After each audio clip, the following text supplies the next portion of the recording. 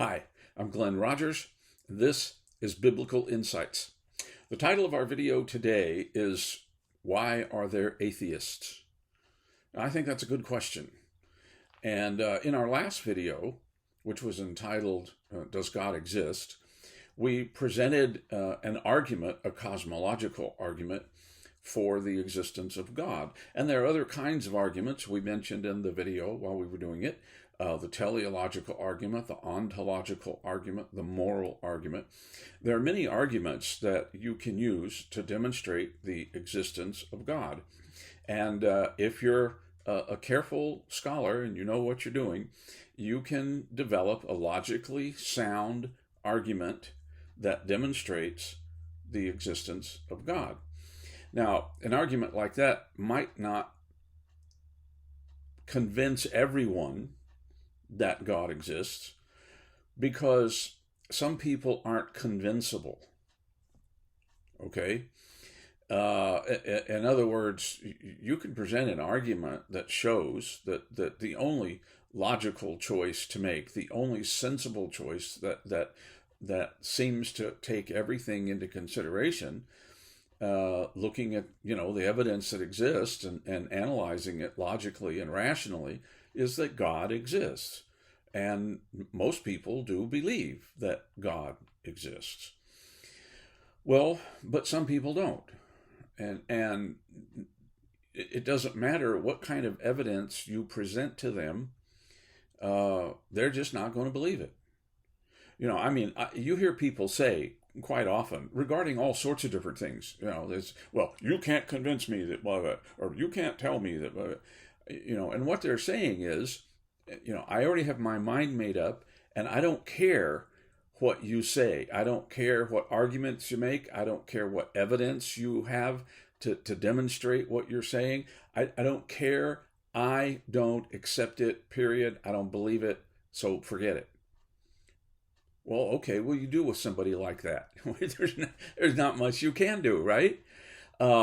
And some people are like that with the existence of God. They have decided that there is no God.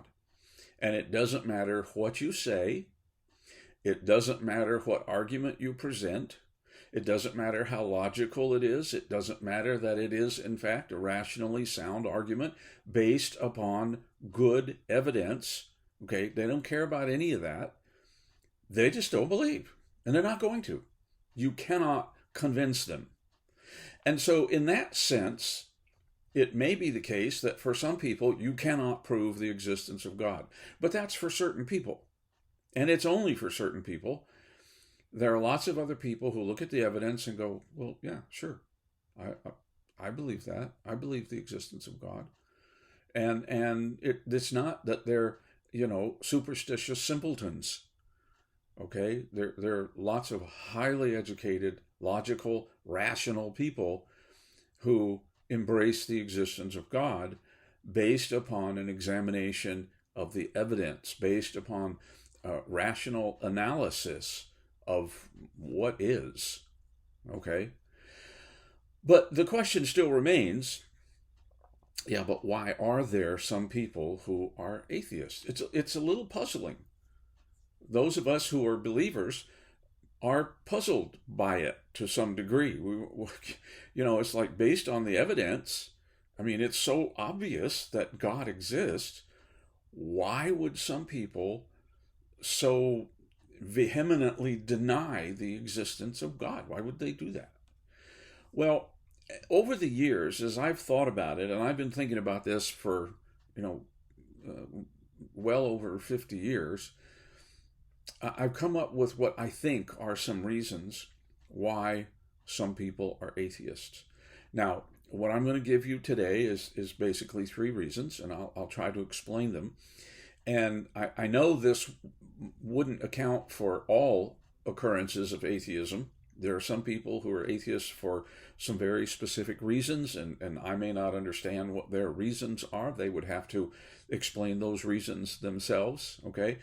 But over the years, as I have talked to people about the existence of God and shared the philosophical arguments that I embrace, that I have designed, regarding the existence of God. And I've asked people, why are you an atheist? Why don't you believe? These are some things that I have come up with. Okay, so here they are. Some people are atheists because when they were young, growing up, they were taught to be atheists. Now, I can't imagine anything more horrible for a parent to do, more irresponsible and just outright ugly, uh, than teaching their children that there is no God. I can't imagine why a parent would want to do that. But I think there are many people out there who do that. They teach their children. And so their children grow up as atheists because they have been taught. And they trusted their parents, or they trusted their teachers, or they trusted whoever it was that was teaching them that there is no God. And they listened to the arguments. And on the surface, those arguments seemed to make sense to them. And so they embraced them. And, the flip side of there is no God is that people who believe there is a God are, silly, foolish, superstitious simpletons who are misguided, and, they need the crutch of religion to help them cope with life because they're not strong enough to cope on their own, and, all these different things.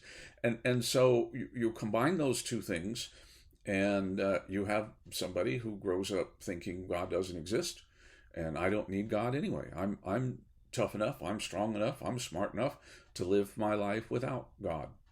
And so many people do. And the thing that makes it even more difficult is that often those people who've been taught that there is no God, and who are, in their mind, smart enough and tough enough to live life without God, they often live pretty good lives. They do. They live pretty good lives. They're educated. They're successful, and they don't seem to need God, and everything seems to work out okay for them. And so that's kind of an affirmation for them that, see, I don't need God. He doesn't exist anyway. But even if he did, I don't need him. I'm good. I'm good to go without him. Well, okay. So some people are atheists because they're taught to be atheists, and they never really take the time to study for themselves, to analyze the evidence, to analyze the arguments. Okay, then they don't do it. They buy into it, they accept it, and then they move on. And they got other more important things to think about. They don't have time to waste on silly fairy tales and nonsense about some, omnipotent God out there somewhere. They don't. So they just ignore the whole thing and go merrily on their way. So some people are atheists because they were taught to be atheists. The second thing is that some people are atheists because of the amount of suffering that goes on in the world. And sometimes it's suffering that they see other people experiencing. I knew a man once, his wife was a good friend of mine. He was an acquaintance, but his wife was a friend of mine. And he was a pediatrician. He was a doctor. He had earned his medical degree at Yale Medical School, and he was doing his residency at UCLA Medical School in pediatrics. And he was an atheist, and his main argument is, why would God allow the suffering that exists in the world? If there is a good God, why would he allow people to suffer so? And his specific reference was babies. Because he was a pediatrician. So he saw a lot of babies who were born addicted to crack, or addicted to heroin, or addicted to this or that, or had different kind of developmental abnormalities, and they suffered terribly. And he felt terrible for these children and did what he could do to help them. But because of the amount of suffering he was associated with, not his own suffering, but the suffering of other people, then he believed there can't be a good God with this much suffering going on in the world. Just can't be. I met a young man once. He came to me one Sunday morning after my sermon and approached me very humbly, very, very respectfully, and said, may I talk to you? I said, sure. What do you want to talk about? And his opening question was, I want to know why God took my brother. And I said, why God took your brother? Yeah, my brother died, and he was all I had. Our parents had died a few years earlier. My older brother was taking care of me. He was raising me, and then he got sick and died. And at the funeral, the minister said that God took him. And I didn't have anybody else. My parents were dead. I didn't have any other relative. I just had my brother, and God took him. I'm 16, and now I'm alone. Why would God do that to me?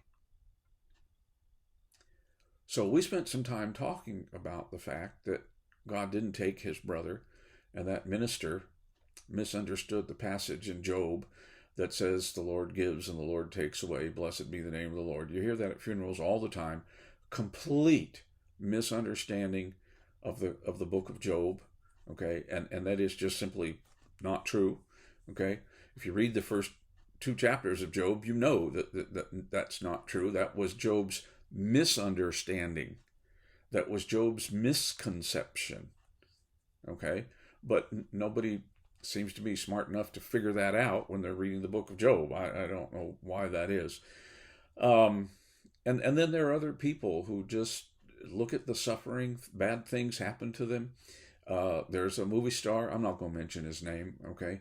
But there's a movie star, very, very popular, very, very successful, and just a series of very terrible things happened to him, one right after another. This happened, and then the same year this happened, and then, the next year this happened, and, terrible, horrible things. And he basically concluded, he said, if there is a good God out there, why would he let this sort of thing happen? This is just too much suffering in the world. So I don't believe there is a good God. Okay. Okay. So that's another reason why some people are atheists. Excuse me. They look at the suffering that exists and they find it incoherent with the idea of a good, all-powerful God. And that particular challenge is one that philosophers have wrestled with for a long time. It's called the problem of evil. And I've done a video on that. You can look it up. It's in the list. I don't remember which number it is, but go to YouTube and look at all the videos there. And you can find that one called The Problem of Evil. And it's a philosophical answer to the question of why is there so much pain and suffering in the world. But I will tell you, the short answer is that just because there's pain and suffering in the world doesn't mean that God doesn't exist. And it doesn't mean that he's not powerful. And it doesn't mean he's not good. He has a perfectly good reason for allowing it. And just because some people don't understand it doesn't mean God doesn't exist. And you need to go find that video and watch that to get the full answer to that question. So the third reason, then, that some people are atheists is what I call self-absorption. And maybe that's not a good term. I don't know. But I thought for a long time trying to come up with a good term that would explain why some people are atheist. And I can't come up with a better term. So self-absorption. Now, what do I mean by that? What I mean when I say some people are atheists because of self-absorption, I mean that they are so self-absorbed, they are so focused on themselves, they are self-indulgent, they are selfish, they are self-absorbed, they are narcissists in every sense of the term. They're so focused on themselves that they simply are not going to allow for the existence of a God who is all-powerful and therefore sovereign. In other words, some people do not want there to be a God because they know if there is a God, he's in charge. But they don't want a God to be in charge. They want to be in charge. They want to do exactly what they want to do, when they want to do it, how they want to do it. They don't want anybody criticizing them for it. They don't want anybody holding them accountable for it. They are going to do what they want to do, and God just doesn't factor into the equation. Yeah, but if God exists, then sooner or later you run up against that, fact that there's a God out there and he says you shouldn't be doing that, and you're doing it anyway. So how do you deal with that? And the simplest way to get around God so that you don't have to deal with God's disapproval is to simply say, there's no God. There's no God. So I don't have anything to worry about. I do what I want. God can go jump in a lake. And there are people like that.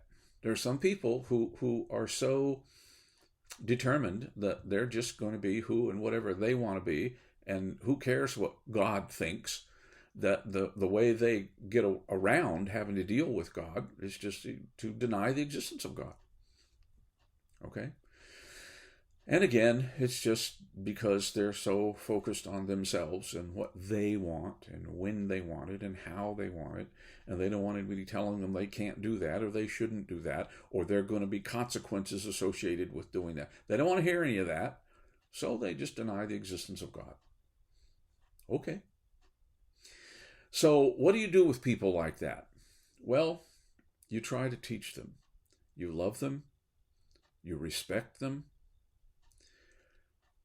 You acknowledge that there's a problem, there's something wrong there that is getting in the way of good thinking, but still you love them because they're a child of God, whether they acknowledge him or not. They're still a child of God, and you respect them, you care about them, and you try to convince them, you try to help them understand that God does exist and God has their best interest at heart. He's not there to simply tell people that they're bad and tell people that you can't do that. See, that some people think that's what God is about, or that God is about making everything beautiful and nice and simple and pain-free. See, but God isn't about those things. God has a different purpose. And you try to help them understand that God does exist, and here's who he is, and here's what he likes, and here's what he wants, and he has your best interest at heart, and he loves you, and he wants to save you, and he wants to help you be a better person. See, and the things that he says, no, don't do that. Okay, well, those things are self-destructive anyway, and you shouldn't be doing those things. They're going to hurt you. See, you try to help them understand. You try to convert them. You try to turn them around and get them going in a different direction, to get them to think differently. And when you help people think differently, then you can help them behave differently. So that's what you try to do with an atheist. And sometimes you can. I've done it. When I was a philosophy professor, I had students several times would come to me at the end of a semester and say, when I started this class, when I came into this class, I was an atheist, and I'm not anymore. You convinced me. Okay, that's fantastic. That's wonderful. I'm glad I was able to do that. It can be done. I know from personal experience it can be done. But it's not easy, and you have to know what you're talking about. You have to spend some time reading and learning and thinking and learning how to make a good argument, and learning what constitutes a good argument and a logical, sound argument. And I mentioned last time the book I wrote, Proof of God. Those kinds of books are what you need to read. And there's a bunch of them out there. Mine's not the only one. But you need to love atheists and try to help them see that they're wrong, and think differently, and accept the existence of God, and then move into a relationship with God. That's what we as Christians want. Well, I hope this video has been helpful to you or interesting. Whether maybe you're an atheist and maybe you were listening to this for that reason. If you are an atheist, you need to go watch the other video I did last week, Does God Exist? and you need to listen to that argument. You need to read my book or some other book on the existence of God and think about those arguments. If you're not an atheist, but you know somebody who is, then you also need to read and study and try to figure out how to help that person. And it won't be easy, but you need to take the time to try to do it. But whoever you are, whatever situation you're in, here's what I always like to leave people with. Read the Bible, pray, go to church, and may God bless.